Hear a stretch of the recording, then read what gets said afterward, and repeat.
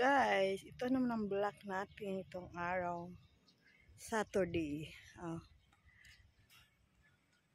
Nakikita ba niyo guys, anong ginagawa ako dito sa Malaysia?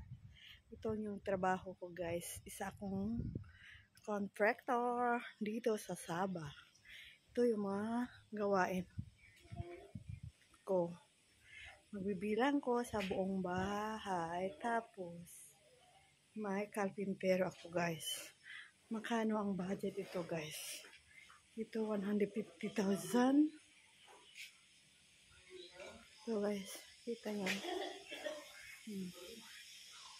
Sa